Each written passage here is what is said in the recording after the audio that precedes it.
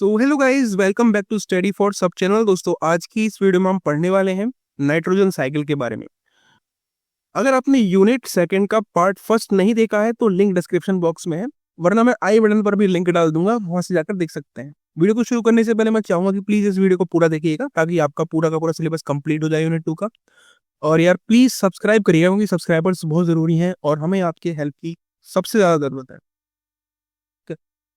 अब हम पढ़ेंगे नाइट्रोजन साइकिल के बारे में। तो नाइट्रोजन साइकिल का मतलब होता है एक नेचुरल वे होता है नाइट्रोजन को रिसाइकिल करने का हमारी अर्थ के द्वारा। तो नाइट्रोजन साइकिल क्या है? एक ये नेचुरल प्रोसेस है जिसमें कि जो नाइट्रोजन है वो air, soil, water, plants, animals और बैक्टीरिया में घूमता है हमारी अर्थ के अंदर। तो नाइट्रोजन इसेंशियल है हमारी प्रोटीन्स के लिए, हमारे डीएनए के लिए और प्लांट की ग्रोथ के लिए। और ये जो साइकिल होती है नाइट्रोजन की साइकिल, वो इकोसिस्टम को बैलेंस करती है। अब हम देखते हैं कौन कौन से स्टेप्स होते हैं नाइट्रोजन साइकिल्स के अंदर। तो पहला स्टेप है नाइट्रोजन फिक्सेशन का, यानी कि हम एयर, जो हमारी एयर नाइट्रोजन होती है वो यूजेबल फॉर्म में कन्वर्ट होती है। नाइट्रोजन फिक्सेशन का मतलब क्या है? Turning air nitrogen into usable form. तो 78% जो है हवा का हिस्सा वो नाइट्रोजन से बना हुआ होता है, लेकिन प्लांट उसको डायरेक्टली यूज नहीं कर सकते। तो एक स्पेशल टाइप का बैक्टीरिया होता है जिसको बोलते हैं राइजोबियम बैक्टीरिया, जो कि सॉइल और प्लांट की रूट्स में होता है। वो इस एयर वाली नाइट्रोजन को अमोनिया में कन्वर्ट करता है, यानी कि N2 को कन्वर्ट करता है NH3 में। ठीक है। और लाइटनिंग जो नेचुरल प्रोसेस है, जो बिजली कड़कती है ना आसमान में, वो भी हेल्प करता है नाइट्रोजन को फिक्स करने के लिए स्मॉल अमाउंट्स में सॉइल के अंदर। ठीक। तो ये होता है नाइट्रोजन फिक्सेशन। दूसरा प्रोसेस होता है नाइट्रोजन साइकिल के अंदर नाइट्रिफिकेशन, यानी कि पहले हवा से नाइट्रोजन जो होती है वो बनती है अमोनिया। नाइट्रिफिकेशन में अमोनिया नाइट्रेट्स में बदल जाती है। तो उसके लिए भी एक बैक्टीरिया होता है जिसका जो होता है नाइट्रीफाइंग बैक्टीरिया, यानी कि नाइट्रोसोमोनास और नाइट्रोबैक्टर। ये अमोनिया को कन्वर्ट करता है नाइट्राइट्स में और नाइट्रेट्स में। ठीक। पहला प्रोसेस क्या था? जो हमारी एयर नाइट्रोजन है उसको हमने अमोनिया में बदलवाया। उसके लिए कौन कौन यूज जिम्मेदार था? राइजोबियम बैक्टीरिया, जो कि सॉइल और प्लांट्स के रूट्स में होता है। दूसरा प्रोसेस है नाइट्रिफिकेशन का, जिसमें कि जो अमोनिया है वो नाइट्राइट्स और नाइट्रेट्स के अंदर बदल जाता है। ठीक है। और प्लांट इस नाइट्रेट को अब्सॉर्ब करते हैं सॉइल से अपने ग्रोथ के लिए। तीसरा प्रोसेस होता है इस साइकिल का एसिमिलेशन, यानी कि प्लांट्स और एनिमल्स इस जो हमारे पास नाइट्रेट्स हैं उनको नाइट्रोजन की फॉर्म में ले लेते हैं। यानी कि प्लांट्स जो है वो नाइट्रेट्स लेंगे और अपने प्रोटीन्स और डीएनए बनाएंगे। एनिमल उन प्लांट्स को खाते हैं और उनकी बॉडी में फिर वो नाइट्रोजन आ जाती है। चौथा जो प्रोसेस होता है वो है अमोनिफिकेशन का। तो अमोनिफिकेशन में क्या होता है कि डिकम्पोजर जो है वो रिलीज करते हैं नाइट्रोजन, यानी कि डेड प्लांट्स और एनिमल्स जब डिकम्पोज होते हैं तो उनमें से वापस से अमोनिया बनती है और वो अमोनिया वापस से सॉइल के अंदर रह जाती है। अगला है डीनाइट्रिफिकेशन, यानी कि डीनाइट्रिफिंग बैक्टीरिया होता है जो कि जो नाइट्रोजन हमारे सॉइल में है उसको वापस से क्या कर देता है? नाइट्रेट्स में कन्वर्ट कर देता है, यानी कि नाइट्रोजन को वापस से एयर के अंदर ले जाता है। ठीक है। तो डीनाइट्रिफाइंग बैक्टीरिया यानी कि क्लोस्ट्रिडियम और स्यूडोमोनास जो होता है, ये एक बैक्टीरिया होता है जो कि नाइट्रेट्स को कन्वर्ट करते हैं नाइट्रोजन गैस के अंदर, और ये नाइट्रोजन वापस से एटमॉस्फेयर में चली जाती है और ये साइकिल कंप्लीट हो जाती है। तो इस तरीके से पूरी ये साइकिल चलती है। आई होप आप समझ गए होंगे। अब एक्सिस ऑफ इफेक्ट्स क्या होंगे अगर नाइट्रोजन ज्यादा हो जाए हमारी पृथ्वी पर? टू मच नाइट्रोजन जो होता है वो आता है फर्टिलाइजर से, फैक्ट्री से, व्हीकल से, जो कि पॉल्यूट कर रहे हैं वाटर को, सॉइल को और एयर को, और इससे नेचर को हार्म और ह्यूमन हेल्थ पर भी हार्म हो रहा है। सबसे पहले हम समझेंगे कि एनवायरनमेंट के ऊपर क्या इम्पैक्ट पड़ता है अगर नाइट्रोजन ज्यादा मात्रा में हो जाए। ठीक। एक तो वाटर पॉल्यूशन हो जाता है, यानी कि यूट्रोफिकेशन हो जाता है। फर्टिलाइजर्स जो हम लोग लगाते हैं, किसान लोग लगाते हैं, उसके अंदर बहुत सारा नाइट्रोजन नाइट्रेट्स होते हैं। ठीक है। उनसे एल्गी बूम कर जाएगी जिसकी वजह से फिश मरेंगी, ऑक्सीजन का डिप्लीशन हो जाएगा वाटर के अंदर। दूसरा है सॉइल डिग्रेडेशन। तो नाइट्रोजन सॉइल को एसिडिक बनाती है और लेस फर्टाइल बनाती है, जिससे कि क्रॉप ईयर जो है, जो क्रॉप की जो उपज है वो कम हो जाती है। एनवायरमेंटल डैमेज में तीसरा है कि नाइट्रोजन की जब एक्सेस मात्रा हो जाएगी तो उससे एयर पॉल्यूशन और क्लाइमेट चेंज भी होगा, क्योंकि नाइट्रोजन गैस स्मॉग बनाती है, एसिड रेन करवाती है, वो हीट को ट्रैप करती है, जिससे कि ग्लोबल वार्मिंग हो सकती है या हो ही जाती है, हो कह सकती है। बात करें हेल्थ प्रॉब्लम्स की, तो अगर हम नाइट्रेट से कंटेमिनेटेड वाटर पिएंगे तो उससे ब्लू बेबी सिंड्रोम हो जाता है और कैंसर डिसीजेस भी बढ़ जाते हैं। दूसरा ब्रीथिंग इश्यूज होने लगते हैं, क्योंकि नाइट्रोजन ऑक्साइड जो है वो एयर के अंदर जब कोई इंसान सांस लेता है तो उससे अस्थमा और लंग डिसीजेस हो जाते हैं। अब इसको कैसे फिक्स कर सकते हैं? तो हमको जो केमिकल फर्टिलाइजर्स हैं उनकी जगह पे ऑर्गेनिक फर्टिलाइजर्स का यूज करना होगा और प्लांट नाइट्रोजन फिक्सिंग क्रॉप्स का यूज करना होगा। हमको क्लीन एनर्जी पे स्विच करना होगा और फॉसिल फ्यूल का यूज कम करना होगा। हमको वेस्ट और वाटर मैनेजमेंट करना होगा ताकि हम नाइट्रोजन का जो रन ऑफ है हमारी फसलों में, हमारी एयर के अंदर, वो सब कम हो सके। ठीक, आई होप आप समझ गए होंगे। अब ह्यूमंस के ऊपर क्या इम्पैक्ट है नाइट्रोजन साइकिल का? तो एक्सेस फर्टिलाइजर से क्या होता है, बहुत ज्यादा नाइट्रेट जो होते हैं वो वाटर में जाते हैं और उसी वाटर को हम लोग पी रहे होते हैं। हेल्थ पे फोकस पड़ेगा ही हमारे पे। दूसरा है डिफोरेस्टेशन। ह्यूमंस कैसे इम्पैक्ट कर रहे हैं नाइट्रोजन साइकिल को? एक तो एक्सेस फर्टिलाइजर्स यूज करके, दूसरा डिफोरेस्टेशन करके। क्योंकि अगर जितने कम प्लांट्स होंगे उतना ही नाइट्रोजन कम एब्जॉर्ब करेंगे वो, जिससे कि इम्बैलेंस हो जाएगा। हम लोग फॉसिल फ्यूल्स बर्न करते हैं जिनसे नाइट्रोजन ऑक्साइड निकलता है, जिसकी वजह से एसिड रेन होता है। तो ह्यूमन इस तरीके से नेगेटिवली इम्पैक्ट कर रहे हैं नाइट्रोजन साइकिल को।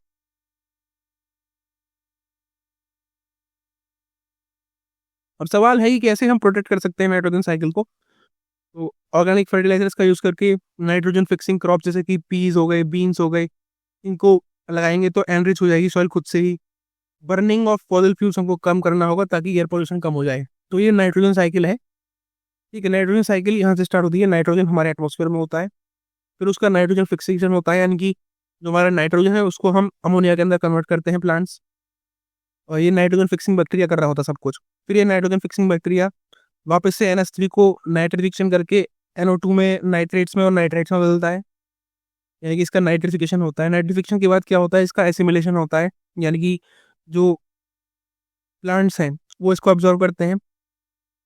प्लांट्स को फिर ये गाय वगैरह खाती हैं, तो गाय के बॉडी में वो नाइट्रोजन घूम जाता है। फिर नाइट्रोजन जब गाय एक्सपायर हो जाती है तो वापस से डिकम्पोज हो जाता है और वापस से ये नाइट्रिफिकेशन होता है इसका। फिर दोबारा से ये नाइट्रोजन की जो पूरी साइकिल है, डीनाइट्रिफिकेशन हो जाता है इसका। तो इस तरीके से ये पूरा प्रोसेस काम करता है। आप डायग्राम, जब भी कोई क्वेश्चन आए तो उसके साथ डायग्राम जरूर बना के आइएगा।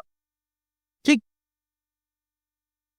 अगला है सल्फर साइकिल। ठीक है, तो सल्फर साइकिल एक प्रोसेस है जिसमें कि सल्फर मूव करता है एयर, वाटर, सॉइल, प्लांट्स और एनिमल्स के बीच में। तो सल्फर इसेंशियल होता है प्रोटीन्स के लिए, विटामिन के लिए और प्लांट की ग्रोथ के लिए। अब बात कर लेते हैं स्टेप्स कौन कौन से होते हैं सल्फर साइकिल में। तो पहला होता है सल्फर जो है हमारे एटमॉस्फेयर में पाया जाता है। तो सल्फर हमारी एटमॉस्फेयर में आता है from volcanoes, from industries and from burning fossil fuels. वो सल्फर डाइऑक्साइड की फॉर्म में या हाइड्रोजन सल्फाइड की फॉर्म में नेचर के अंदर ऑलरेडी प्रेजेंट होता है। दूसरा स्टेप होता है डिपोजिशन का, यानी कि सल्फर बारिश के थ्रू रिटर्न आ जाता है कहाँ पर, अर्थ पर। एसिड रेन जो होती है उससे सल्फर वापस से सॉइल और वाटर में आ जाता है एज सल्फेट्स, और सल्फर को है वो सेटल हो जाता है लैंड पे डस्ट पार्टिकल्स की तरह। अब इस सल्फर को एब्जॉर्व किया जाता है प्लांट्स और एनिमल्स के द्वारा, क्योंकि प्लांट्स जो है वो एब्जॉर्व करते हैं सल्फेट्स को सॉइल से ताकि वो अपनी प्रोटीन्स बना सके। एनिमल्स जो होते हैं वो सल्फर लेते हैं बाय ईटिंग प्लांट्स। फिर होता है इसका डिकम्पोजिशन और सल्फर का रिलीज। तो डेड प्लांट्स और एनिमल्स जब डिकम्पोज होते हैं तो उनके अंदर से हाइड्रोजन सल्फाइड दोबारा से वापस एयर के अंदर जाती है, और बैक्टीरिया जो होता है वो कन्वर्ट करता है सल्फर के कंपाउंड्स को बैक इनटू सल्फेट, जिससे कि ये पूरी साइकिल रिस्टार्ट हो जाती है। तो ये पूरी साइकिल है, आप समझ गए होंगे। अब ह्यूमन का इम्पैक्ट क्या है सल्फर साइकिल पे? तो हम लोग कोयला जलाते हैं, हम लोग ऑयल जलाते हैं, जिससे कि बहुत सारा सल्फर डाइऑक्साइड वापस से एयर में जाता है और वहाँ उसकी वजह से एसिड रेन हो जाती है। दूसरा है इंडस्ट्रियल पॉल्यूशन, क्योंकि हमारी फैक्ट्रीज के अंदर से सल्फर एमिशंस बहुत ज़्यादा हो रहे हैं। तीसरा है डिफोरेस्टेशन, क्योंकि कम ट्रीज होंगे तो एब्जॉर्ब जो सल्फर की उनकी ऑब्जर्प्शन स्पीड है वो कम हो जाएगी, और उसकी वजह से जो पूरा बैलेंस है सल्फर का वो डिस्टर्ब हो जाएगा। अगर एक्सेस सल्फर हो जाता है हमारे एनवायरनमेंट में तो क्या होगा? पहला है एसिड रेन होगी, ठीक है, जो कि क्रॉप्स को डैमेज करेगी, सॉइल को, एक्वेटिक लाइफ को। सॉइल पॉल्यूशन होगी, क्योंकि सल्फर एसिडिक बहुत ज़्यादा होता है और इसकी वजह से सॉइल भी एसिडिक हो जाएगी और फर्टिलिटी जो है हमारी सॉइल की वो कम हो जाएगी। तीसरा को इफेक्ट है इसका एयर पॉल्यूशन में, तो इसकी वजह से हमको अस्थमा हो सकता है अगर हम सल्फर से रिच हवा अपने अंदर लेंगे तो सांस के तौर पे। तो how can we reduce sulphur pollution? तो हमको क्लीन एनर्जी यूज करनी है instead of coal and oil. हमको फिल्टर्स और इंडस्ट्रीज के अंदर फिल्टर्स लगाने हैं जो कि सल्फर की एमिशंस को रिड्यूस करेंगे। हमको डिफोरेस्टेशन यानी कि पेड़ की कटाई कम करनी होगी, और अफोरेस्टेशन यानी कि पेड़ों की बुवाई वो प्रमोट करनी होगी। ठीक, तो इस तरीके से हम सल्फर को वापस से बैलेंस में ला सकते हैं। तो ये पूरा सल्फर साइकिल है। आप ये डायग्राम देखिएगा 1 मिनट पॉज करके, ठीक, तो आपको सही से समझ में आएगा। वोल्केनो से सल्फर एयर में गया, उसके बाद ये सल्फर जो है वो एसिड रेन की तरह से पूरी पृथ्वी पर आ गया। यहाँ से वो सल्फेट्स के अंदर बना, सल्फाइड से फिर फॉजिल और फॉजिल फ्यूल्स बने। फॉजिल फ्यूल्स को हम लोगों ने फैक्ट्रीज में इस्तेमाल किया और वापस से फैक्ट्रीज के अंदर से सल्फर दोबारा से उसमें आ गया।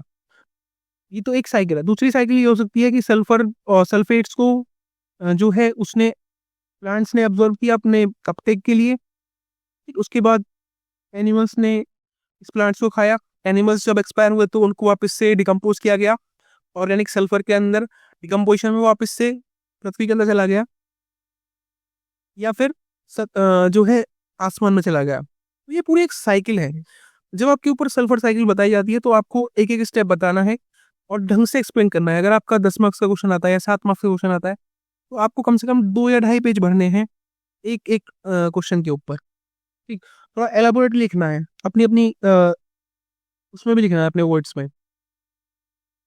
अगला है टाइप्स ऑफ एनर्जी कौन कौन सी हैं और एनर्जी रिसोर्सेज कौन कौन से हैं। तो एनर्जी का मतलब क्या होता है? Energy is the ability to do work, ठीक है। हमारी एबिलिटी की हम कोई काम कर पाए वो पॉसिबल हो पाता है एनर्जी की वजह से। अगर हमारी बॉडी के अंदर एनर्जी होगी तभी तो हम काम कर पाएंगे। तो it powers everything from homes, industries and transportation to natural processes like the water cycle. तो एनर्जी से ही हमारे घरों में आज बिजली है, हमारे इंडस्ट्रीज में बिजली है, ट्रांसपोर्टेशन भी एनर्जी की वजह से चल पा रहा है। अब बात करते हैं टाइप्स ऑफ एनर्जी की। तो एनर्जी 5-6 टाइप्स की होती है। पहली है काइनेटिक एनर्जी, इसको हम एनर्जी ऑफ मोशन बोलते हैं। जब तेज हवा चलती है वहाँ पे वो काइनेटिक एनर्जी होती है। पोटेंशियल एनर्जी होती है स्टोर्ड एनर्जी, जैसे कि हमारे सेल्स होते हैं। पोटेंशियल एनर्जी स्टोरेज है, जैसे कि बैटरीज हो गई, फूड हम खाते हैं, फ्यूल्स हम जलाते हैं, वो पोटेंशियल एनर्जी हो जाए। तीसरा है थर्मल एनर्जी, हीट एनर्जी, जैसे कि सन के अंदर से जो एनर्जी निकल रही है वो हीट एनर्जी है। फायर से जो एनर्जी आती है वो हीट एनर्जी आती है। केमिकल एनर्जी, जो कि एनर्जी स्टोर होती है सब्सटेंसेस के अंदर, जैसे कि कोल, ऑयल, फूड। इलेक्ट्रिकल एनर्जी, या कि एनर्जी जो कि इलेक्ट्रॉन्स के मूव करने से बनती है। न्यूक्लियर एनर्जी, जो कि एटम्स के स्प्लिट होने से बनती है, जो कि न्यूक्लियर पावर प्लांट्स जो है वो न्यूक्लियर एनर्जी के बेसिस पे चल रहे हैं ना। तो ये टाइप्स ऑफ एनर्जी हैं। अब मेन टॉपिक आता है कन्वेंशनल सोर्सेज ऑफ एनर्जी क्या है और non conventional sources of energy क्या है।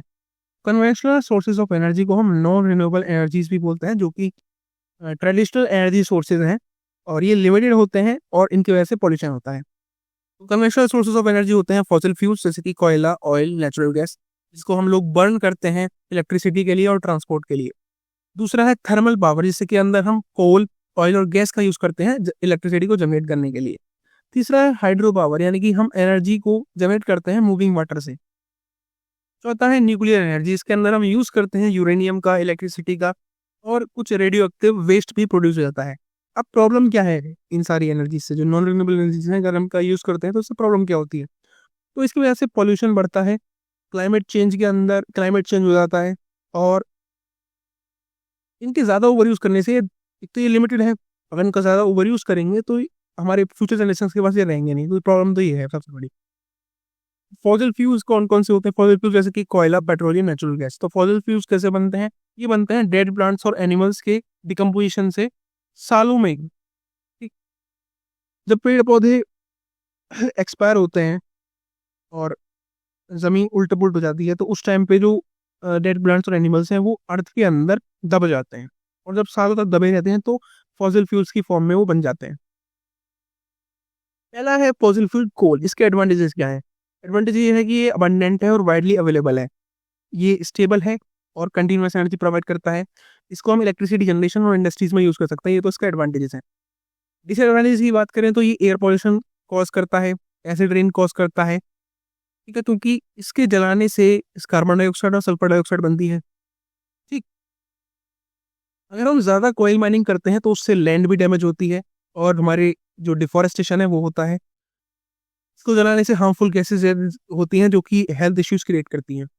दूसरा है पेट्रोलियम। पेट्रोलियम के एडवांटेज की बात करें तो इसका एनर्जी इनपुट हाई होता है। इसको हम व्हीकल्स, इंडस्ट्रीज, इलेक्ट्रिसिटी जनरेशन में यूज़ करते हैं। इससे ट्रांसपोर्ट और इकोनॉमी बूस्ट होती है किसी भी कंट्री की। जिन जिन देशों के पास पेट्रोलियम है उनकी इकोनॉमी हाई है, आप सब जानते हैं। डिसएडवांटेजेस क्या है कि इसकी लिमिटेड सप्लाई है। ठीक, दूसरा ऑयल स्पिल्स, यानी कि जब ऑयल जाता है पानी के ऊपर से तो वो कभी-कभी ऐसा होता है कि ऑयल पानी के ऊपर ही फैल जाता है। आप लोग अपने घर में एक्सपेरिमेंट करके देखिएगा, कुछ ऑयल को, थोड़े से ऑयल को पानी के ऊपर डालना, तो पूरा के पूरा जो ऑयल है वो पानी के ऊपर एक परत बना लेगा, जम सा जाएगा ऊपर, ठीक है? जिससे कि उसके अंदर जो मेराइन लाइफ रह रही है उसको ऑक्सीजन नहीं मिल पाएगी एयर से। तो पूरा का पूरा मेराइन इकोसिस्टम उससे क्या हो जाएगा, डिसबैलेंस हो जाएगा। पेट्रोलियम को जलाने से कार्बन एमिशंस होते हैं, इसकी वजह से क्लाइमेट चेंज होता है। बात करें थर्मल पावर प्लांट्स की, तो थर्मल पावर प्लांट्स जो होते हैं वो कोयले पे चलते हैं, ऑयल पे चलते हैं इलेक्ट्रिसिटी को प्रोड्यूस करने के लिए। इसके एडवांटेजेस क्या है कि रिलायबल और एक अच्छा ऑप्शन है कंटिन्यूस इलेक्ट्रिसिटी के लिए। ये लार्ज स्केल पावर प्रोडक्शन के लिए अच्छा है। ये कॉस्ट इफेक्टिव है काफ़ी सारी कंट्रीज में। लेकिन इसके कुछ डिसएडवांटेजेस हैं। डिसएडवांटेजेस क्या है कि जो हम थर्मल पावर प्लांट्स में कोयला और ऑयल जलाते हैं तो उससे कार्बन के एमिशंस हो जाते हैं, जिसकी वजह से ग्लोबल वार्मिंग हो रही है। इलेक्ट्रिसिटी बनाने के लिए बहुत ज़्यादा अमाउंट का फ्यूल चाहिए, जिसकी वजह से डिप्लीशन होता जा रहा है। और थर्मल पॉल्यूशन भी होती है, क्योंकि हॉट वाटर को हम वापस से, जो हमारा हॉट वाटर होता है जो इसमें हम यूज़ करते हैं थर्मल पावर प्लांट्स में, उसको वापस से हम लोग रिवर्स के अंदर डाल देते हैं, जिसकी वजह से रिवर्स का जो पानी है वो भी थोड़ा सा उसका टेम्परेचर बढ़ने लगता है, इसकी वजह से जो उसमें एक्वेटिक लाइफ है वो डिसबैलेंस हो जाती है। तीसरा है हाइड्रो पावर। तो हाइड्रो पावर के अंदर इलेक्ट्रिसिटी जो होती है वो जनरेट होती है फ्लोइंग वाटर से, जो कि डैम्स के अंदर होता है। हाइड्रो पावर में क्या होता है कि ऊपर से पानी डाला जाता है और नीचे टरबाइन लगा होता है। टरबाइन के ऊपर जब ये पानी पड़ता है, टरबाइन घूमता है और इलेक्ट्रिसिटी जनरेट होती है। इसके एडवांटेजेस क्या है, ये रिन्यूएबल और क्लीन है, यानी कि इसके अंदर कोई पॉल्यूशन नहीं होता। ये फ्लड्स और इरिगेशन प्रोवाइड करती है। इसकी लाइफ स्पैन थोड़ी लंबी है और ये एफिशिएंट एनर्जी सोर्स है। डिसएडवांटेजेस क्या है कि इसको लगाने के लिए इनिशियल कॉस्ट बहुत हाई है। इसकी वजह से जब हम कहीं पे डैम बनता है तो वहाँ के जो लोग हैं और वहाँ की जो वाइल्ड लाइफ है उसको कहीं और शिफ्ट करना पड़ता है। इसकी वजह से रिवर का इकोसिस्टम अफेक्ट होता है, क्योंकि ब्लॉकिंग जो है उससे, क्योंकि इससे हम फिश के मूवमेंट को ब्लॉक कर देते हैं। न्यूक्लियर एनर्जी, इसके अंदर हम यूरेनियम का यूज़ करते हैं पावर जनरेशन के लिए थ्रू न्यूक्लियर फिजन। इसके एडवांटेजेस क्या है कि एनर्जी का जो आउटपुट है बहुत हाई होता है, पॉल्यूशन एयर का बहुत कम होता है और एक रिलायबल और कंटिन्यूस पावर सप्लाई मॉडल है ये। डिसएडवांटेजेस क्या है कि इससे रेडियो एक्टिव वेस्ट बनता है, जो कि डेंजरस है थाउजेंड्स ऑफ ईयर्स। इससे न्यूक्लियर एक्सीडेंट हो सकते हैं, जैसे कि चिरोनोबिल फुकुशिमा में हुआ था। इसका हाई सेटअप कॉस्ट है और सिक्योरिटी रीजंस होते हैं। बात करें non conventional sources of energy की, जो कि रिन्यूएबल होते हैं, तो non conventional sources of energy clean होते हैं, सस्टेनेबल होते हैं और इको फ्रेंडली होते हैं। कौन कौन से हैं? Solar energy, wind energy, hydro electric energy, biomass energy, geothermal energy, tidal and wave energy. ठीक है, अब ये करके इनको पढ़ेंगे। ये इंपॉर्टेंट क्यों है? सबसे पहले तो बात ये है, तो ये इसलिए इंपॉर्टेंट है क्योंकि ये जो सोर्सेज हैं ये कभी भी खत्म नहीं होंगे और इनसे पॉल्यूशन रिड्यूस हो जाएगी अगर हम इन पे शिफ्ट कर जाएं कम्प्लीटली। ठीक है, जिससे कि हमारी जो फ्यूचर की एनर्जी है वो अच्छी हो जाएगी। सबसे पहले बात करेंगे सोलर एनर्जी की। तो सोलर एनर्जी में क्या होता है कि जो एनर्जी है सन की, उसको हम कन्वर्ट करते हैं इलेक्ट्रिसिटी के अंदर यूजिंग सोलर पैनल्स। ये आप सोलर पैनल्स देख रहे हैं, तो ये क्या करते हैं, इनके अंदर कुछ फोटोन्स होते हैं। तो फोटोन्स होते हैं यहाँ पे, फोटोवोल्टिक सेल्स होते हैं।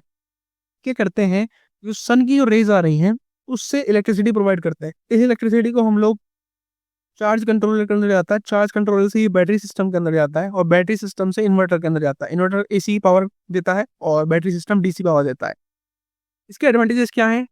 ये अनलिमिटेड है पहले तो, और रिन्यूएबल है क्योंकि सनलाइट फ्री है, इससे कोई पॉल्यूशन नहीं होता। इसकी मेंटेनेंस बहुत लो है, एक बार आप सोलर पैनल लगाएंगे और सालों तक वो चलेगा। इसको हम कहीं पर भी कभी भी किसी भी जगह पर यूज़ कर सकते हैं बिना इलेक्ट्रिसिटी ग्रिड्स के। डिसएडवांटेजेस क्या है कि इसकी इनिशियल कॉस्ट थोड़ी हाई होती है। ये डिपेंड करता है सनलाइट के ऊपर, अगर कहीं पर भी सनलाइट कम है, क्लाउडी डेज हो जाते हैं तो इलेक्ट्रिसिटी नहीं रहती उतनी, और इसके लिए स्पेस की रिक्वायरमेंट है। ठीक है। विंड एनर्जी की बात करें तो विंड एनर्जी के अंदर जो टरबाइन्स होता है, विंड टरबाइन, वो कन्वर्ट करता है हवा के पावर को इलेक्ट्रिसिटी में। जैसे ये विंड टरबाइन है तो यहाँ पे ये ब्लेड्स होते हैं लंबे लंबे, जैसे जैसे हवा चलती है तो ये घूमता है। यहाँ पर होता है रोटेटर, गियर, जनरेटर, जनरेटर फिर यहाँ पे नीचे जाता है, तो यहाँ पे टरबाइन होता है। उस टरबाइन से इलेक्ट्रिसिटी बनती है और वापस से वो हम यूज़ करते हैं फैक्ट्रीज वगैरह में। तो इसका एडवांटेजेस क्या है? एक तो ये क्लीन है, दूसरा इसकी ऑपरेशनल कॉस्ट बहुत लो है क्योंकि एक बार ये बनाएगा तो इसको मेंटेन करना बहुत चीप है। ये अवेलेबल है विंडी एरियाज में, जैसे कि कोस्टल और ओपन लैंड रीजन्स में। डिसएडवांटेजेस क्या है? ये रिलायबल नहीं है, क्योंकि अगर विंड नहीं चलेगी तो इलेक्ट्रिसिटी नहीं बनेगी, इसलिए रिलायबल नहीं है। इसकी सेटअप कॉस्ट हाई है। और इसकी वजह से बर्ड्स मर जाते हैं और नॉइस पोल्यूशन क्रिएट होता है। तो जब टरबाइन रोटेट होता है तो उससे रोटेटिंग ब्लेड की वजह से हवा के अंदर आवाज़ आती है बहुत ज़्यादा, जिसकी वजह से नॉइस पोल्यूशन होता है। तो ये डिसएडवांटेजेस हैं इसके। डायग्राम ज़रूर बना के आइएगा। सोलर एनर्जी में आपके पास सोलर कुकर ये सब आ सकता है। सोलर कुकर हो गया, सोलर लाइट हो गया। आप वहाँ पे सेम प्रोसेस बता देंगे कि ऐसे ऐसे सोलर कुकर के अंदर क्या होता है। सोलर कुकर के अंदर जो सोलर कुकर के ऊपर लगा होता है ये सोलर पैनल, उसकी वजह से हीट जनरेट होती है और हीट से ही हमारा खाना बन सकता है। तो वहाँ पे ये सब हो रहा होता है। ठीक, तो आप उससे एक्सप्लेन कर सकते हैं। अगला है हाइड्रो इलेक्ट्रिक एनर्जी, यानी कि डैम्स के अंदर। तो हाइड्रो इलेक्ट्रिक एनर्जी वो होती है जिसमें कि एनर्जी को जनरेट किया जाता है वाटर के फ्लो से थ्रू डैम्स। तो हाइड्रो इलेक्ट्रिक डैम होता है, इसके अंदर क्या होता है कि ये यहाँ पर पानी का रिजर्वोयर होता है। रिजर्वोयर से हम लोग पानी को छोड़ते हैं टरबाइन के ऊपर। यहाँ टरबाइन के ब्लेड्स होते हैं, ये ब्लेड जब घूमते हैं तो जनरेटर से इलेक्ट्रिसिटी जनरेट होती है, ये पावर हाउस तक जाती है और लॉन्ग डिस्टेंस पावर लाइन्स की बिछी हुई होती है जो कि हम यूज़ करते हैं। तो हाइड्रो इलेक्ट्रिक एनर्जी में क्या होता है, इसके एडवांटेजेस क्या है? ये रिन्यूएबल है और पॉल्यूशन फ्री है। इसकी पावर सप्लाई रिलायबल है क्योंकि ये 24/7 आवर्स वर्क कर सकती है। इसके जरिए हम फ्लड्स को कंट्रोल कर सकते हैं और इरिगेशन प्रोवाइड कर सकते हैं फार्मर्स को। डिसएडवांटेजेस क्या है इसकी कि इसकी कंस्ट्रक्शन कॉस्ट जो है वो बहुत हाई है। डिस्प्लेसमेंट हो जाता है लोगों का और वाइल्ड लाइफ का। जब कहीं पे भी डैम बनता है तो वहाँ के लोगों को कहीं बाहर जाना पड़ता है, वाइल्ड लाइफ वहाँ से शिफ्ट होती है। और इसका डिसएडवांटेज तीसरा ये है कि इससे बनाने से एक्वेटिक इकोसिस्टम डिस्टर्ब हो जाता है क्योंकि ये फिश के माइग्रेशन को अफेक्ट करता है और रिवर के फ्लो को भी अफेक्ट करता है।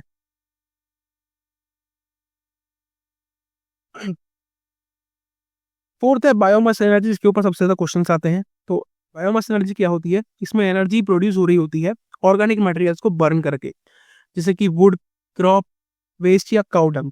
इसके एडवांटेजेस क्या है कि एक तो वेस्ट बहुत कम होता है, यानी कि अगर हम एग्रीकल्चर और एनिमल वेस्ट को यूज करेंगे एनर्जी के लिए तो वेस्ट बहुत कम होगा। ये रिन्यूएबल है क्योंकि प्लांट्स और क्रॉप रीग्रो हो जाते हैं। इसकी वजह से हम फॉसिल फ्यूल के ऊपर डिपेंडेंसी जो है उसको रिड्यूस कर सकते हैं। डिसएडवांटेजेस क्या है? इससे एयर पॉल्यूशन होता है क्योंकि जब हम बायोमास को बर्न करते हैं तो उससे कार्बन डाइऑक्साइड और स्मोक बनता है। इसका डिफोरेस्टेशन रिस्क है क्योंकि सब अगर हमको ज़्यादा वुड चाहिए बर्न करने के लिए तो पेड़ चाहिए, पेड़ को काटना पड़ेगा।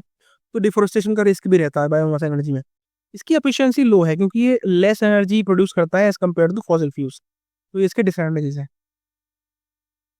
अब हमारे पास दो टाइप के बायोमास मॉडल्स होते हैं जो हम इंडिया के अंदर यूज करते हैं बायोमास एनर्जी के जनरेशन में। पहला है फ्लोटिंग डोम टाइप, यानी KVIC मॉडल। तो ये कैसे वर्क करता है? इसके अंदर एक मूवेबल गैस स्टोरेज डोम होता है जिसको कोई मेटल या प्लास्टिक का बना होता है। तो डोम ऊपर जाता है जब गैस कलेक्ट होती है और नीचे गिरता है जब गैस यूज हो जाती है। इसको कॉमनली यूज किया जाता है कॉमन स्मॉल हाउस होल्ड में। तो ये इसका बायोगैस पूरा का पूरा ये डायग्राम है, आप समझेंगे इस डायग्राम की हेल्प से। तो यहाँ पर क्या होता है, यहाँ पे मिक्सिंग टैंक होता है। यहाँ पे गाय के गोबर को, एनिमल वेस्ट को, प्लांट्स के वेस्ट को, सबको मिलाया जाता है। ठीक है, उसके बाद ये इसके अंदर एक पाइप होता है। वो पाइप के थ्रू, जो इसको हम आउटलेट पाइप बोलते हैं, वो इसके थ्रू इस यहाँ पर एक पूरा का पूरा स्ट्रक्चर बना हुआ है। Floating gas holder type biogas plant है। इसमें ये पूरा हमारे पास एक स्ट्रक्चर बना हुआ होता है जहाँ पे ये जो मिक्सिंग किया है हमने डंग और वाटर का वो यहाँ पे चला जाता है। ठीक है, अब यहाँ पे क्या होता है, यहाँ पे डिकम्पोजिशन हो रहा होता है। डिकम्पोजिशन से क्या होता है, गैस बनती है। उस गैस को हमने इस गैस आउटलेट से निकाल लिया। ठीक है, और ये हमारे घरों में यूज हो जाता है। लेकिन इसमें कुछ वेस्ट भी बचता है, उस वेस्ट को हम निकालते हैं यहाँ पर और इसको हम फर्टिलाइजर की तरह यूज कर लेते हैं अपने खेतों में। तो ये पूरा प्रोसेस होता है। आप ये डायग्राम एक बार ध्यान से देखिएगा, आपको समझ में आ जाएगा और यही डायग्राम आप उसमें बना के दिखाइएगा। इसके एडवांटेजेस क्या हैं? तो इसको ऑपरेट करना ईजी है और ये क्लीन सोर्स ऑफ एनर्जी है। इसका दूसरा एडवांटेज क्या है कि गैस प्रेशर कांस्टेंट रहता है ड्यू टू द मूविंग डोम। ये स्मॉल स्केल यूज के लिए अच्छा काम कर सकता है, जैसे कि फैमिलीज और स्मॉल फार्म्स में एनर्जी प्रोवाइड करने के लिए अच्छा है। डिसएडवांटेजेस क्या है कि जब हम मेटल का डोम बनाते हैं तो वो टाइम के हिसाब से जंग लग जाती है उसमें, इसलिए उसको मेंटेनेंस की जरूरत होती है। इसकी इनिशियल कॉस्ट बहुत हाई होती है as compared to fix dome models. Example क्या है इसका, KVIC यानी कि Khadi and village industries commission. Biogas plant जो हैं रूरल एरियाज के अंदर, वो इसके ऊपर काम करते हैं। ठीक, दूसरा टाइप है फिक्स्ड डोम टाइप। तो ये कैसे काम करता है? इसके अंदर एक परमानेंट अंडरग्राउंड डोम होता है जो कि ब्रिक्स और कंक्रीट का बन रहा होता है। तो गैस जो है वो डोम के अंदर कलेक्ट होती है और उसको हम रिलीज करते हैं पाइप्स के थ्रू। इसको वाइडली यूज किया जाता है रूरल इंडिया में क्योंकि इसकी ड्यूरेबिलिटी बहुत अच्छी है। एडवांटेजेस क्या हैं? इसकी लॉन्ग लाइफ स्पैन होती है क्योंकि इसके अंदर कोई भी मूविंग पार्ट्स नहीं होता है, इसकी वजह से लेस मेंटेनेंस होगी। ये चीपर होता है लॉन्ग रन में क्योंकि एक बार इसको कंस्ट्रक्ट कर दिया तो सालों तक चलता रहेगा। ये ज़्यादा एफिशिएंट है फ्लोटिंग डोम टाइप से। डिसएडवांटेजेस क्या है कि जो गैस का प्रेशर होता है वो कभी कभी वेरी कर सकता है, ठीक है, और इसके लिए कंस्ट्रक्शन के लिए एक स्किल्ड लेबर की ज़रूरत होती है। इसका एग्जांपल क्या है फिक्स्ड डोम का? दीनबंधु बायोगैस प्लांट जो हमारे हरियाणा में यूज़ होता है, उत्तर प्रदेश में यूज़ होता है, मध्य प्रदेश में यूज़ होता है। इसके अंदर ये फिक्स्ड डोम टाइप का जो मॉडल है वो चलता है, इसको दीनबंधु मॉडल भी बोलते हैं। ये इसका डायग्राम है, सेम ये है, बस इसमें डोम के ऊपर फर्क आता है दोनों में। वहाँ पे फ्लोटिंग डोम होता है, यहाँ पर फिक्स्ड डोम होता है, यानी कि वहाँ पर जो डोम है वो फ्लोट कर सकता है, ऊपर नीचे होता रहता है। लेकिन यहाँ पे क्या है, ये जो डोम है ये फिक्स ही रहेगा, ठीक है। प्रोसेस सेम है। सबसे पहले हमारे पास एक मिक्सिंग टैंक होता है जहाँ पर हम कैटल डंग और वाटर को मिक्स करते हैं। फिर उसको जो हमारा मिक्सचर है इसको छोड़ा जाता है इनलेट चैम्बर के अंदर। यहाँ पर ये जो मिक्सचर है इसके अंदर डिकम्पोजिशन होता है और वहाँ से गैस रिलीज होती है। इस गैस को ये पाइप के थ्रू हम बाहर निकाल लेते हैं और अपने घरों में यूज़ करते हैं।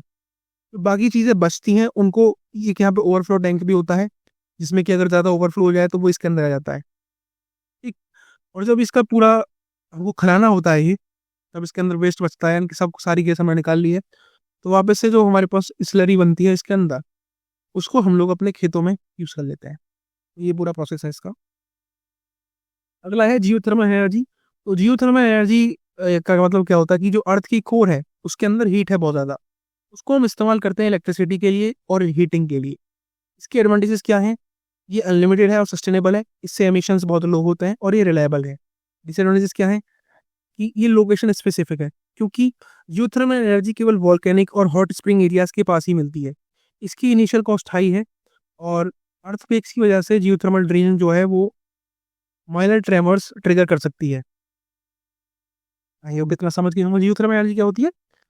जब हीट जो है हमारी अर्थ के अंदर स्टोर हो जाती है तो उस हीट को हम यूज करते हैं एनर्जी बनाने के लिए, ठीक। टाइडल और वेव एनर्जी, यानी कि हम ओशन की टाइड्स और वेव्स को यूज करते हैं इलेक्ट्रिसिटी को जनरेट करने के लिए। इसके एडवांटेजेस क्या है कि ये प्रेडिक्टेबल है और कांस्टेंट है, यानी कि विंड सोलर टाइड्स जो हैं वो रेगुलर नहीं होती हैं। विंड और सोलर रेगुलर नहीं है लेकिन टाइड्स रेगुलर होती हैं, लहरें तो चलती रहती है ना ओशियन में, इस चीज में। इसकी वजह से कोई पॉल्यूशन नहीं होता, इसका दूसरा एडवांटेज ये है। तीसरा, ये कोस्टल रीजन्स में बहुत अच्छे तरीके से काम कर सकती है। डिसएडवांटेजेस क्या है? जिसको बिल्ड करना एक्सपेंसिव है, इसकी वजह से मैरीन लाइफ इफेक्ट होती है क्योंकि ओशन करंट्स चेंज हो जाते हैं, फिश के हैबिटेट चेंज हो जाते हैं, और ये लिमिटेड लोकेशंस के लिए ही है, यानी कि उन्हीं एरियाज में काम करेगी जहां पर स्ट्रॉन्ग टाइड्स आती होंगी। अब बात करते हैं हाइड्रोजन एनर्जी की। ये एक इंपॉर्टेंट क्वेश्चन है। तो हाइड्रोजन एनर्जी जो है एक क्लीन, रिन्यूएबल और पावरफुल एनर्जी का सोर्स है जिसको हम यूज करते हैं अपने व्हीकल्स में, इलेक्ट्रिसिटीज में, इलेक्ट्रिसिटी बनाने के लिए इंडस्ट्रीज में, और इससे जीरो पॉल्यूशन होती है, ठीक है, क्योंकि ये सिर्फ वाटर वेपर प्रोड्यूस करती है जब इसको यूज किया जाता है। अब हाइड्रोजन को यूज कैसे कर सकते हैं? तो हाइड्रोजन फ्यूल सेल्स होते हैं जो कि कन्वर्ट करते हैं हाइड्रोजन को इलेक्ट्रिसिटी के अंदर, जो कि कार जैसे कि टोयोटा मिराई है उसके अंदर यूज होता है, ठीक। दूसरा है कम्बशन। जैसे हम हाइड्रोजन को कम्बशन की फॉर्म में भी यूज कर सकते हैं, इसको फ्यूल की तरह बर्न कर सकते हैं, जो कि हम रॉकेट्स के अंदर यूज होता है और पावर प्लांट्स के अंदर यूज होता है। अब बात करते हैं type of hydrogen production. Hydrogen basically तीन टाइप से प्रोड्यूस होता है। पहला है ग्रीन हाइड्रोजन, यानी कि इसको हम बनाते हैं यूजिंग रिन्यूएबल एनर्जी जैसे कि सोलर और विंड, जो कि 100% क्लीन होता है और कॉस्टली होता है। दूसरा है ब्लू हाइड्रोजन जो कि बनता है नेचुरल गैस से और इसके अंदर कार्बन कैप्चर हो जाता है जिसकी वजह से लेस पॉल्यूशन होती है। तीसरा है ग्रे हाइड्रोजन जो कि बनता है कोल और गैस से और ये हाईली पॉल्यूटिंग होता है, जो कि आज की डेट में सबसे ज्यादा कॉमन है। अब हाइड्रोजन अमेजिंग क्यों है? हाइड्रोजन इसलिए अमेजिंग है क्योंकि इससे जीरो एमिशन होती है, क्योंकि इससे कोई कार्बन डाइऑक्साइड बनता ही नहीं है, सिर्फ वाटर वेपर बनता है। दूसरा, ये एफिशिएंट है बहुत ज़्यादा क्योंकि एनर्जी ज़्यादा बनती है इससे। फॉसिल फ्यूल्स के कंपैरिजन में ज़्यादा एनर्जी हाइड्रोजन देता है। हाइड्रोजन रिन्यूएबल है और अबंडेंट है क्योंकि ये नेचर में हर जगह है। चैलेंजेस क्या है? तो इसको बनाने की जो हाइड्रोजन की जो एनर्जी बनाने की जो कॉस्ट है वो बहुत एक्सपेंसिव है।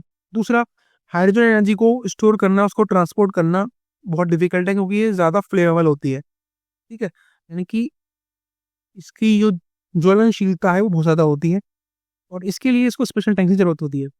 और हमारे देश में अभी लिमिटेड इंफ्रास्ट्रक्चर है, इसलिए फ्यू हाइड्रोजन स्टेशंस एग्जिस्ट करते हैं, जिसकी वजह से ये चैलेंजेस है आज की डेट में। अब फ्यूचर क्या हो सकता है हाइड्रोजन का? तो इंडिया का एक नेशनल हाइड्रोजन मिशन है, जिसका एम है कि इंडिया को वो ग्लोबल हाइड्रोजन हब बनाएगा।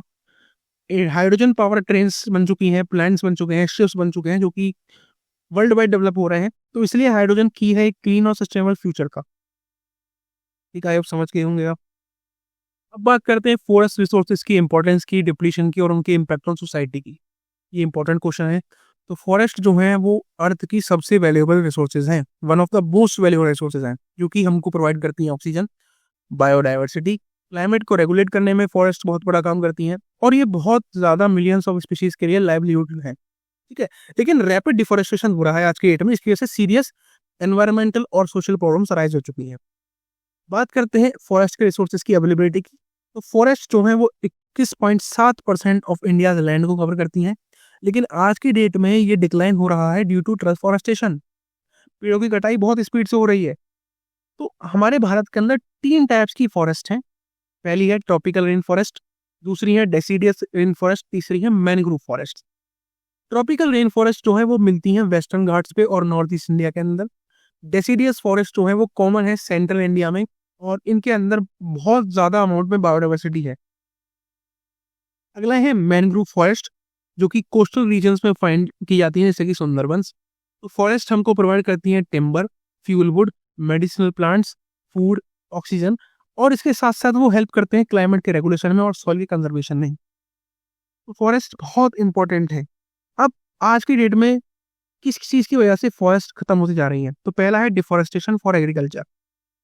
कुछ लोग ट्रीज को बहुत अमाउंट में कट कर देते हैं फार्मिंग के लिए और कॉमर्शियल क्रॉपिंग करने के लिए। दूसरा, हम लोग पेड़ काटते हैं अर्बनाइजेशन के लिए, यानी कि फॉरेस्ट को हम रोड बनाने के लिए काट देते हैं, इंडस्ट्रीज बनाने के लिए काट देते हैं, हाउसिंग के लिए काट देते हैं।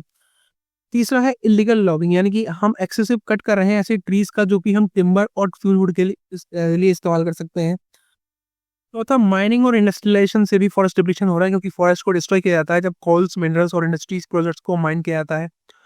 फिफ्थ है हमारे पास फॉरेस्ट फायर्स। कभी कभी नेचुरल और ह्यूमन कॉस्ट फायर्स भी डिस्ट्रॉय कर देते हैं वास्ट एरियाज को, जैसे कि अभी कैलिफोर्निया में हुआ था ना, उसको ऐसे लाखों करोड़ों बीघे की जमीन जो है वो, एकड़ों की जमीन, हजारों एकड़ की जमीन पूरी की पूरी जल गई थी। तो ये कॉजेज हैं फॉरेस्ट डिप्लीशन के। अब इससे इम्पैक्ट क्या होता है लाइवलीहुड के ऊपर? तो लाइवलीहुड का लॉस होगा अगर हमारे पास फॉरेस्ट नहीं होंगी, क्योंकि ट्राइबल कम्युनिटीज और विलेजर्स जो कि डिपेंड होते हैं फॉरेस्ट के ऊपर, वो सफर करेंगे। वाटर की शॉर्टेज हो जाएगी, क्योंकि fewer forest means less water retention, जिसकी वजह से ड्रॉट्स हो जाएंगे। नेचुरल डिजास्टर ज़्यादा होंगे, जिसकी वजह से क्योंकि लैंडस्लाइड्स होंगी, फ्लड्स आएंगे, हीट वेव्स होंगी, जो कि ज़्यादा फ्रीक्वेंट हो जाएंगी अगर पृथ्वी पर पेड़ नहीं रहे तो। और हेल्थ इश्यूज भी होंगे, क्योंकि पॉल्यूशन की वजह से एक्सट्रीम क्लाइमेट कंडीशंस बनेंगी, जो कि हमारी पब्लिक हेल्थ को अफेक्ट करेंगी। अब इसकी सॉल्यूशन क्या है? हमको अफॉरेस्टेशन और रिफॉरेस्टेशन के ऊपर फोकस करना होगा, और यानी कि हमको ज़्यादा से ज़्यादा ट्रीज प्लांट्स करने होंगे और लॉस्ट फॉरेस्ट को हमें रिस्टोर करना होगा। हमको फोकस करना होगा सस्टेनेबल लॉगिंग और फार्मिंग के ऊपर, यानी कि हमको इको फ्रेंडली एग्रीकल्चरल प्रैक्टिसेस अपनानी होंगी और टिम्बर प्रैक्टिसेस अपनानी होंगी। तीसरा है, हम लोगों जो है स्ट्रिक्ट गवर्नमेंट जो है क्या करेगी, वो स्ट्रिक्ट लॉज और कंजर्वेशन एफर्ट्स डालेगी, यानी कि एनवायरमेंटल लॉज एनफोर्स करेगी government to prevent illegal deforestation. हम पेड़ों की जगह पे बाकी ऑल्टरनेट्स भी यूज़ कर सकते हैं, जैसे कि बैम्बू, रिसाइकल्ड वुड और बाकी सस्टेनेबल मटेरियल्स के ऊपर हमें फोकस करना होगा। और इसके लिए हमको कम्युनिटी की इन्वॉल्वमेंट चाहिए होगी, यानी कि ट्राइबल राइट्स का सपोर्ट चाहिए होगा, लोकल कंजर्वेशन इनिशिएटिव्स चाहिए होंगी। तो फॉरेस्ट हमारी लाइफ है, और अगर हम इनको प्रोटेक्ट कर लेते हैं तो हमारा पूरा जो फ्यूचर है वो प्रोटेक्ट हो जाएगा। इसीलिए ज़रूरत है आज इसके ऊपर काम करने की। बात करते हैं डिफोरेस्टेशन का कॉज क्या है। तो डिफोरेस्टेशन होती है ह्यूमन एक्टिविटीज़ की वजह से, जैसे कि एग्रीकल्चर, अर्बनाइजेशन, इंडस्ट्रीज़। और जब हम पेड़ को काटते हैं तो उससे क्लाइमेट चेंज हो जाता है, बायोडाइवर्सिटी का लॉस होता है, सॉइल डिग्रेड हो जाती है। तो कॉजेज ऑफ डिफोरेस्टेशन एक करके पढ़ेंगे। पहला है एग्रीकल्चर एक्सपेंशन के लिए हम लोग डिफोरेस्टेशन करते हैं, पेड़ों की कटाई करते हैं। फॉरेस्ट को हम काटते हैं फार्मिंग के लिए, कैश क्रॉप्स को बोने के लिए। दूसरा, अर्बनाइजेशन में भी हम इसका डिफोरेस्टेशन का कॉज है, क्योंकि सिटीज़ बनती हैं, रोड्स बनते हैं, इंडस्ट्रीज बनते हैं, जिसकी वजह से जंगलों को काटा जाता है। इलीगल लॉगिंग के लिए, माइनिंग और इंडस्ट्रीज के लिए, फॉरेस्ट फायर्स यानी कि जो कैलिफोर्निया में होता है उस पर ऐसे भी डिफोरेस्टेशन हो रहा है। ओवर ग्रेजिंग, ठीक है, लाइव स्टॉक डैमेज, ट्रीज हो जाती हैं। हम डैम्स और हाइड्रो पावर के लिए सैकड़ों एकड़ों की जमीन काट देते हैं। क्लाइमेट चेंज होता है, इसकी वजह से लेस रेनफॉल है और राइजिंग टेम्परेचर है, जिसकी वजह से फॉरेस्ट ड्राई हो जाते हैं। ये कॉजेज हैं डिफोरेस्टेशन के। तो protecting forest through afforestation, sustainable farming and conservation laws is the key for saving our planet. आज की डेट में इतनी ज़रूरत है कि हम लोग एफोरेस्टेशन के ऊपर फोकस करें, सस्टेनेबल फार्मिंग के ऊपर फोकस करें, ऐसी कंजर्वेशन लॉज लाएं इनसे कि हमारी जो पेड़ है वो कम से कम कटे और आने वाला जो फ्यूचर है हमारा बेहतर हो सके। ठीक। तो आपने पूरी की पूरी यूनिट खत्म हो गई यहाँ पे। नोट्स अगर आपको चाहिए, आप मेरे को, मेरा व्हाट्सएप चैनल है, उसका लिंक डिस्क्रिप्शन बॉक्स में डाल दूंगा, वहाँ ज्वाइन करिएगा। वहाँ मेरे से पूछिएगा कि आपको कौन सी यूनिट का नोट चाहिए, तो मैं आपको प्रोवाइड करा दूंगा। ठीक। एंड प्लीज़ यार सब्सक्राइब करिएगा, क्योंकि सब्सक्राइबर्स बहुत ज़रूरी है। तो thank you guys for watching till and. अगर आपने यहाँ तक देखी है तो आई होप आपके सारे डाउट्स क्लियर हो चुके होंगे। सारे क्वेश्चंस मैंने कवर करा दिए हैं जो कि इस इंपॉर्टेंट से यूनिट 2 से बहुत इंपॉर्टेंट है। Guys best of luck for exam. जय हिंद, जय भारत।